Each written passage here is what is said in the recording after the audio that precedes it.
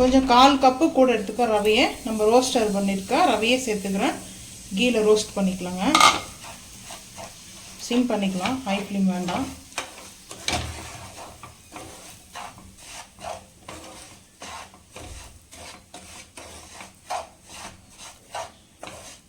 அதே ஈக்குவலுக்கு வந்து பார்த்திங்கன்னா சர்க்கரையும் எடுத்துக்கலாம். சர்க்கரை அதோட கொஞ்சம் கம்மியாக கூட எடுத்துக்கலாம் வேணும்னா. இது கொஞ்சம் ரோஸ்ட் ஆகட்டும், பார்த்துக்கலாம்.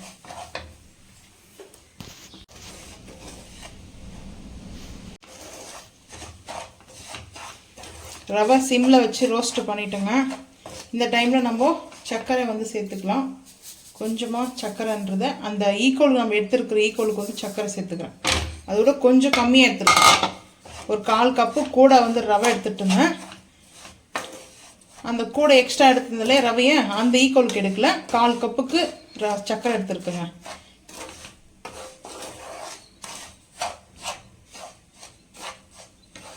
இல்லை வேணும்னா குங்குமப்பூ ஷஃப்ரான் ஆட் பண்ணிக்கலாங்க.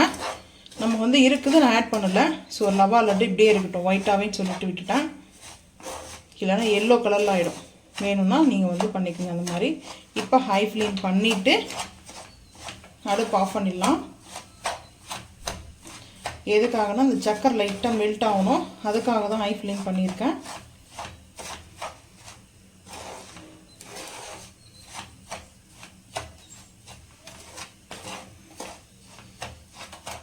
இப்போ அடுப்பு ஆஃப் பண்ணிவிட்டு பிஸ்தா வந்து பார்த்தீங்கன்னா லைட்டாக பிஸ்தா வந்துட்டு சேர்த்துக்கேன். பிஸ்தா வந்து பொடி பண்ணி வச்சுருக்கேங்க. கொஞ்சமாக வந்துட்டு பொடி பண்ணியிருக்கேன். ஸோ அந்த பொடி வந்துட்டு லைட்டாக சேர்த்துட்டு மிக்ஸ் பண்ணிக்கலாங்க. இந்த போல் செஞ்சு சாப்பிட்டு பாருங்கள், சூப்பராக இருக்குங்க.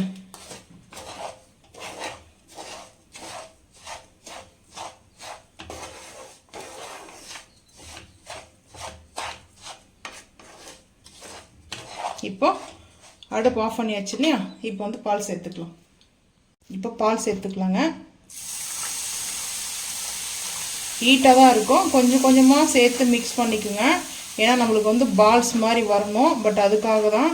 அப்புறம் இலகிடுச்சுன்னா, ரொம்ப இலகிடுச்சுன்னா வந்து பார்த்திங்கன்னா நம்மளுக்கு கரெக்டாக லவா லட்டு பால்ஸ் வராது. கொஞ்சம் மட்டும் சேர்த்துக்கிறேன் பாலை.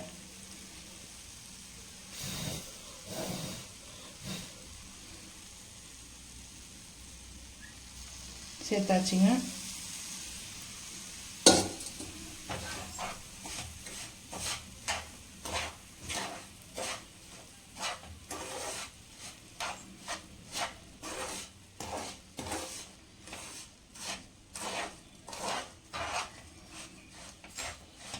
மிக்ஸ் பண்ணிக்கலாங்க. இப்போ ஹேண்டில் வச்சு மிக்ஸ் பண்ணிக்கலாம். இப்போ கொஞ்சமாக நெய் எடுத்துருக்குங்க. இது போல் நம்ம அப்ளை பண்ணிக்கலாம். நல்ல ஒரு சூப்பரான ஒரு லட்டுங்க. ஹேண்டில் வச்சு நல்லா இப்படி ஒரு மிக்ஸ் பண்ணிடலாம். வந்து பிஸ்தா முந்திரி இதெல்லாம் நம்ம ஆட் பண்ணிக்கிறோம். ஸோ கொஞ்சம் இலக்கமாக தான் இருக்கும். அப்புறம் பார்த்திங்கன்னா நம்மளுக்கு அது கொஞ்சம் டைட்டாக ஆரம்பிச்சோம். கொஞ்சம் இலக்கமாக இருந்தால் கூட பரவாயில்லைங்க, ஆனால் ரொம்ப டைட்டாக இருக்கக்கூடாது. அப்போ தான் நம்மளுக்கு வந்து பார்த்திங்கன்னா ஹார்டாக தெரியும். ஸோ இந்த மாதிரி ஃபஸ்ட்டு வந்து நம்ம பண்ணி எடுத்து வச்சிடணும். இந்த மாதிரி பால் மாதிரி உருட்டிட்டு ஒரு பிளேட்டில் வந்து எடுத்து வச்சிடணும். எந்த சைஸ் வேணுமோ அந்த சைஸ்க்கு வந்துட்டு இது போல் எடுத்து வச்சுட்டு பார்க்கலாங்க. திரும்ப அடுத்த டைம் உருட்டணும். கொஞ்சம் டைட் ஆனதுக்கப்புறம் இது உருட்டிக்கலாம் பால் மாதிரி. வாங்க, லட்டு மேலே லைட்டாக வந்து பார்த்திங்கன்னா சும்மா ஒரு பிஞ்சு அளவுக்கு பிஞ்சாக வந்து நான் வந்து வச்சுக்கிறேன். பிஸ்தா வந்து பார்த்திங்கன்னா லைட்டாக வந்து பார்த்திங்கன்னா ஒவ்வொரு பிஞ்ச் அளவுக்கு வந்துட்டு பிஸ்தா வந்து ஆட் பண்ணிக்கோங்க. லவா லட்டு வந்து சூப்பராக ரெடி ஆகிடுச்சுங்க. ஸோ இப்படி தாங்க லவா லட்டு. ஸோ இது போல் தான் செஞ்சு முடிச்சிட்டேன். ஸோ நல்லா சூப்பராக டேஸ்ட்டாக இருக்குது. ஸோ நீங்களும் அதே போல் செஞ்சு பார்த்துட்டு மறக்காமல் வந்து கமெண்ட் பண்ணுங்கள். இந்த வீடியோ பிடிச்சா லைக் பண்ணுங்கள், ஷேர் பண்ணுங்கள், சப்ஸ்கிரைப் பண்ணுங்கள். மறக்காமல் பெல் ஐக்கான் வந்து கிளிக் பண்ணுங்கள். அப்போ தான் நம்ம போகிற வீடியோ உங்களுக்கு நோட்டிஃபிகேஷன் வரும். பாய்.